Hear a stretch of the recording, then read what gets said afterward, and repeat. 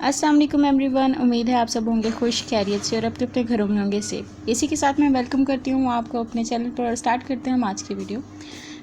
जैसे कि आप लोगों को पता है, प्रीवियस वीडियो में हम लोगों ने बात की थी हाई लेवल लैंग्वेजेस के ऊपर और हमारा टॉपिक कंप्लीट हो गया था प्रोग्रामिंग लैंग्वेजेस का। आज हम जो है वो स्टडी करेंगे characteristics of high level languages. Okay जी, फर्स्ट कैरेक्टरिस्टिक्स देख लें इसकी क्या है। The first one is easy to learn. High level languages easy to learn है। रीज़न मैंने आपको पिछली वीडियो में भी बताई थी। रीज़न इसकी ये होती है कि हाई लेवल लैंग्वेजेस जो हैं वो ह्यूमन जो है वो ईजिली अंडरस्टैंड करते हैं और मशीन ईजिली क्या मशीन बिल्कुल भी अंडरस्टैंड नहीं करती है। तो जो चीज़ ह्यूमंस इजीली अंडरस्टैंड कर लेंगे तो वो इजी होगा हमारे लिए कि हम उसको इजीली जो है वो लर्न भी कर लें। जैसे कि इन्होंने यहाँ पर लिखा हुआ है, high level languages are closer to human languages and far from the machine languages. These are English like languages and are easier to learn. Okay जी, सेकेंड वन की बात करते हैं, ईजी एरर डिटेक्शन। अब आपको हाई लेवल लैंग्वेजेस के अंदर आप इजीली एरर कैसे ढूंढ सकते हैं? सिंपल इज़ दैट कि अगर आप लोगों को एक लैंग्वेज बहुत अच्छे से समझ आती है, आपको जो है वो अगर उसका सिंटेक्स थोड़ा सा भी गलत होगा तो आपको फ़ौरन पता चल जाएगा कि यहाँ पर सिंटेक्स गलत है। सिंपल एग्जांपल आप इसकी ये ले लें, जैसे अगर आप लोग उर्दू को बहुत अच्छा समझ सकते हैं, अगर उर्दू में कोई भी वर्ड कोई मिस्टेकनली कोई गलत लिखा जाए वर्ड, तो आपको फ़ौरन पता चल जाता है कि यहाँ पर ये वर्ड गलत लिखा गया, आप उसको करेक्ट कर लेते हैं। इसी तरह अगर एक ऐसी लैंग्वेज जो आप इजीली अंडरस्टैंड करते हैं, इजीली आप उसको लर्न भी कर लिया आप लोगों ने, तो आप लोगों के लिए ये बहुत आसान होगा कि आप उसके अंदर जो है वो एरर करेक्शन या एरर डिटेक्शन उसकी जो है वो इजीली कर सकें। High level languages are easy to read and modify. It makes it easy to find errors in the programs written in high level languages. Okay जी, थर्ड वन जो है वो पॉइंट है हमारा स्टैंडर्डाइज्ड सिंटेक्स। अब इसको समझना थोड़ा ज़्यादा जो है वो इसको समझने में आपको थोड़ा सा टाइम लगेगा, लेकिन आपको इजीली ये समझ आ जाएगा। अब सिंटेक्स तो आपको समझ आ गया क्या होता है, सेट ऑफ रूल्स होते हैं या सेट ऑफ रूल्स या फिर कह लें आप लोग set of rules and regulations to write a program in a programming language.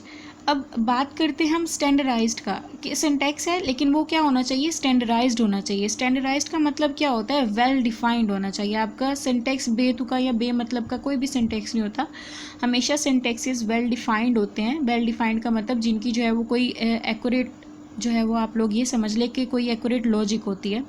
अब यहाँ पर इन्होंने एक सिर्फ इतना ही बताया है कि जो लैंग्वेजेस होती हैं वो डिस्क्राइब की जाती हैं, वेल डिफाइंड वे में डिस्क्राइब की जाती हैं, इसलिए उसको हम उनके सिंटेक्स को हम लोग बोलते हैं कि वो क्या होते हैं, स्टैंडर्डाइज सिंटेक्स होते हैं, इसलिए आपको वो इजीली जो है वो लर्न हो जाते हैं। पर नेक्स्ट उन्होंने बात की है कि डिफरेंट ऑर्गेनाइजेशन वर्क करती हैं सिंटेक्सिस को स्टैंडर्डाइज बनाने में। अमेरिकन नेशनल स्टैंडर्ड इंस्टीट्यूट एक बहुत ही जो है वो पॉपुलर इंस्टीट्यूट है जो कि सिंटेक्सिस के ऊपर काम करती है। ये सिंपल आप कह लें ऐसे सिंटेक्सिस को जो स्टैंडर्डाइज्ड होते हैं उनको डिफाइन करती है ये इंस्टीट्यूट। स्टैंडर्डाइज सिंटेक्स क्या होता है, अगर आपको यहाँ पर अभी समझ नहीं आया तो इसका जो है वो रियल लाइफ एग्जांपल देख लेते हैं।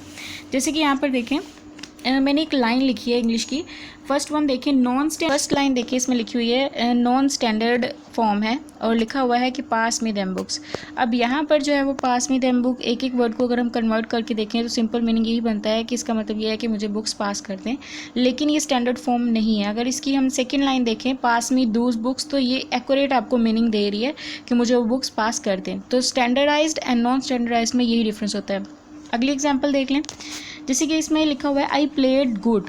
अब गुड का मतलब भी अच्छा माना जाता है, आई प्लेड गुड, मैं अच्छा खेलता हूँ या खेलती हूँ, लेकिन ये स्टैंडर्ड फॉर्म नहीं है। अगर आप इसको जो है वो स्टैंडर्ड फॉर्म में लेके आएंगे तो गुड की जगह जो है वो रिप्लेस हो जाएगी वेल से, आई प्लेड वेल। तो ये डिफरेंस होता है नॉन स्टैंडर्ड में एंड स्टैंडर्ड में। तो हमारे जो सिंटेक्सेस होते हैं प्रोग्रामिंग लैंग्वेजेस के, वो हमेशा स्टैंडर्डाइज्ड फॉर्म में होते हैं, वो नॉन स्टैंडर्डाइज्ड फॉर्म में नहीं होते। यहाँ तक तो हो गया हमारा थर्ड कैरेक्टरिस्टिक्स। आगे हम बात कर लेते हैं फोर्थ वन के ऊपर।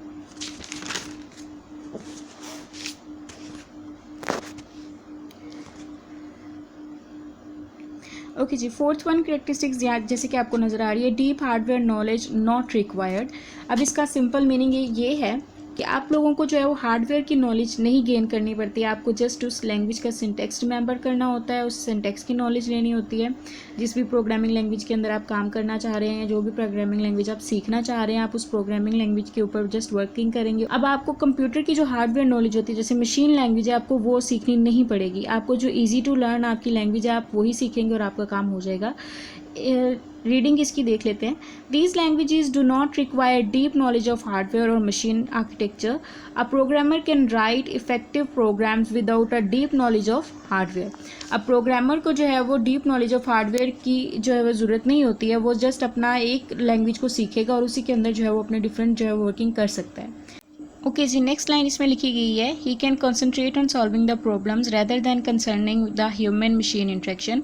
जो है वो यूज़र जो है वो जस्ट इसके ऊपर कंसर्न करेगा कि वो अपना प्रोग्राम राइट करे और अपना काम करे, बजाय इसके कि वो जो है वो मशीन को सीखे पहले और देन उसके ऊपर वर्किंग स्टार्ट करे। इस तरह तो हर मशीन की जो है वो लैंग्वेज डिफरेंट होगी, तो इसका क्या मतलब होगा, अगर programming languages high level language में आप काम नहीं कर रहे हैं, आप एक मशीन के अंदर काम कर रहे हैं, तो आप एक मशीन की पहले मशीन लैंग्वेज सीखेंगे। अगर आपकी जो है वो मशीन चेंज हो जाए, देन आपको उस मशीन जो चेंज होगी उसके हिसाब से जो है वो दूसरी जो है वो नेक्स्ट जो है वो मशीन लैंग्वेज सीखनी पड़ेगी, देन आप काम करेंगे। तो ये बहुत टाइम टेकिंग प्रोसेस होता है और ये काफ़ी टफ भी होता है।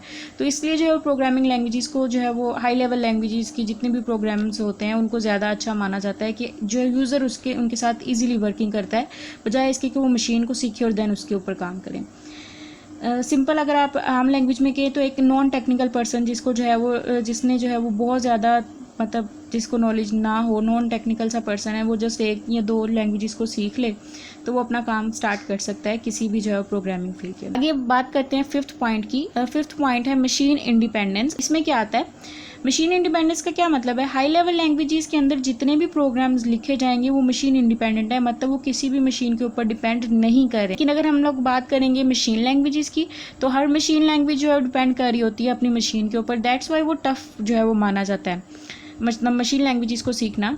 इसीलिए जो है वो हाई लेवल लैंग्वेजेस को इसकी निस्बत हाई लेवल लैंग्वेजेस को सीखना जो है वो ईजी माना जाता है। Means that the programs written in high level languages can be executed on different types of computers. For example, a program written in C can be executed on Intel processor or Motorola processor. दो different types of computers उन्होंने बता दी और ये भी कह दिया कि अगर आप एक सी लैंग्वेज के अंदर एक प्रोग्राम लिखें तो वो दोनों जो है वो प्रोसेसर्स के अंदर काम करेगा। आपको दोनों प्रोसेसर की हार्डवेयर नॉलेज रिक्वायर नहीं होगी, आप दोनों की जो है वो हार्डवेयर नॉलेज नहीं गेन करेंगे और दोनों की हार्डवेयर नॉलेज टोटली डिफरेंट होगी। मशीन लैंग्वेज टोटली डिफरेंट है, लेकिन क्योंकि आप लोगों का प्रोग्राम सी लैंग्वेज एक हाई लेवल लैंग्वेज में बना है तो वो दोनों के ऊपर जो है वो वर्किंग करेगा, दोनों के ऊपर आपका प्रोग्राम रन हो जाएगा। आगे बात करते हैं हम लोग मोड प्रोग्रामर्स। अब मोड प्रोग्रामर्स का क्या मतलब है, यहाँ पर ये कैरेक्टरिस्टिक्स क्यों है। अब जाहिर सी बात है, जो चीज़ ज़्यादा आसान है, लोग जिस चीज़ को ज़्यादा इजीली समझ सकते हैं तो ज़्यादा लोग उसकी तरफ अट्रैक्ट होंगे, तो इस वजह से आपको हाई लेवल लैंग्वेजेस के प्रोग्रामर्स बहुत ज़्यादा मिलेंगे। मशीन लैंग्वेज या फिर लो लेवल लैंग्वेजेस के प्रोग्रामर्स थोड़े कम मिलेंगे क्योंकि उनको अंडरस्टैंड करना काफ़ी मुश्किल काम होता है। अब तो जाहिर सी बात है, जो चीज़ ज़्यादा आसान है लोग उसी की तरफ अट्रैक्ट होंगे, लोग उसी को सीखेंगे। अब एक चीज़ आसान है, उसको सीख के आप अपना काम कर सकते हैं, अर्निंग कर सकते हैं, तो आप लोग क्यों नहीं उसको सीखेंगे।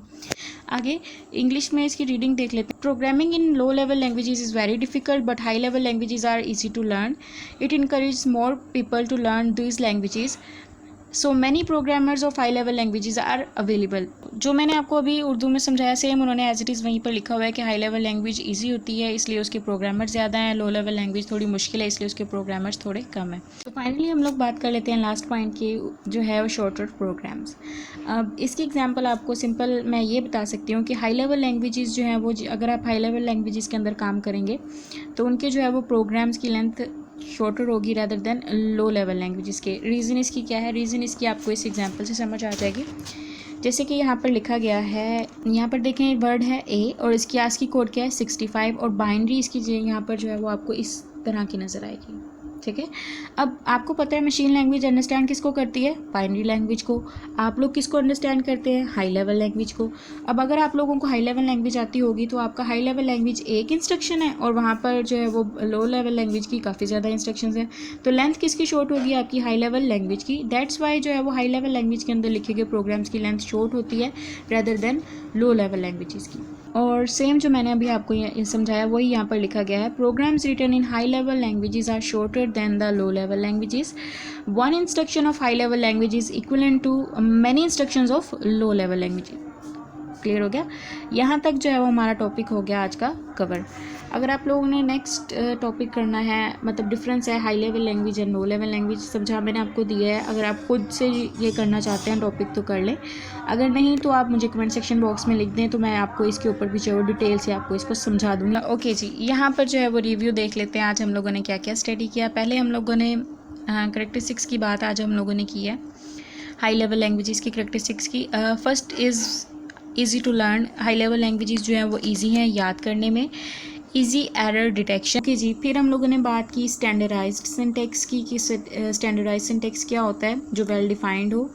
आगे देन हम लोगों ने बात की deep knowledge of hardware not require. High level languages के अंदर अगर आप काम करना चाह रहे हैं, अगर आप प्रोग्रामर बनना चाह रहे हैं किसी भी हाई लेवल लैंग्वेज का, तो अब आपको जो है वो हार्डवेयर की नॉलेज रिक्वायर, मतलब आपको हार्डवेयर की नॉलेज गेन नहीं करना होता, आपको जस्ट एक लैंग्वेज पकड़नी है, आपको उसको सीखना है और उसी के अंदर प्रोग्रामिंग करनी है। ओके जी, नेक्स्ट वन इज़ दैट, इसमें था मशीन इंडिपेंडेंस। अब मशीन इंडिपेंडेंस क्या पॉइंट था इसमें, वो क्या कह रहा था कि आप लोगों के जो भी आप प्रोग्राम हाई लेवल लैंग्वेजेस के अंदर राइट करते हो, आप उसको डिफरेंट मशीन्स के अंदर बगैर किसी जो है वो परेशानी के शायद, अच्छा ओके जी, अगर आपकी मशीन इंडिपेंडेंस का मतलब ये था कि अगर आप लोग हाई लेवल लैंग्वेजेस को सीख लें और उनके अंदर काम कर रहे हैं, देन आपका वो एक प्रोग्राम अगर आप किसी भी मशीन के अंदर राइट करते हैं तो आप उसको डिफरेंट मशीन्स के अंदर चला सकते हैं, चाहे आप उन मशीन्स की जो है मशीन लैंग्वेज सेम हो या ना हो।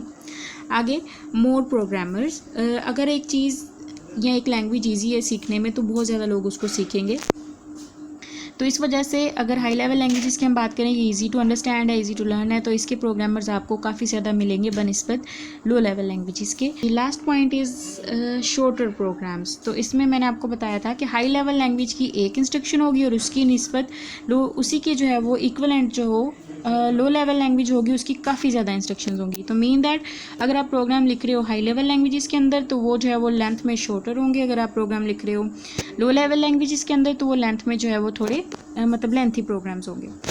इसी के साथ हमारा आज का टॉपिक हो गया है एंड। और अगर आप लोगों को कोई भी क्वेश्चन है, कोई भी बात, मतलब आप लोग कोई भी सजेशन देना चाह रहे हैं वीडियो से रेलिवेंट, या फिर आप लेक्चर से रेलिवेंट कुछ भी कहना चाह रहे हैं, आप कमेंट सेक्शन बॉक्स में जो है वो उस टॉपिक का नेम लिखें या फिर वो बात लिखते हैं। जैसे कि मुझे प्रीवियसली किसी ने कहा था कि आप बहुत तेज़ बोलती हैं, तो मैंने आज कोशिश की है कि मैं इस वीडियो में थोड़ा स्लो बोलूँ और आपको जो है वो ईजिली समझ आ जाए। ओके, और अगर आप लोगों को वीडियो हेल्पफुल लगी है तो इसको लाइक करें, शेयर करें और सब्सक्राइब करें, और अपना ध्यान रखिएगा, दुआओं में याद रखिएगा। अल्लाह हाफिज़।